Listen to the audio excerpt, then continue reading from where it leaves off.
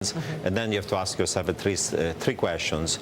Will they politically be willing to do so much fiscal sacrifices? In Greece, they have to either cut spending or increase taxes by 10% of GDP. That's unprecedented. There are riots in the streets, there are strikes, there is opposition. First question. Secondly, we know that in the short run, raising taxes and cutting spending has a negative effect on output and growth. Right. And the IMF is expecting now 3 more years of a recession in Greece, most likely to have recession in Spain, in Portugal, in Italy, and the question is political again, can you afford and have several years of a recession and deflation? There may be at some point a backlash against it.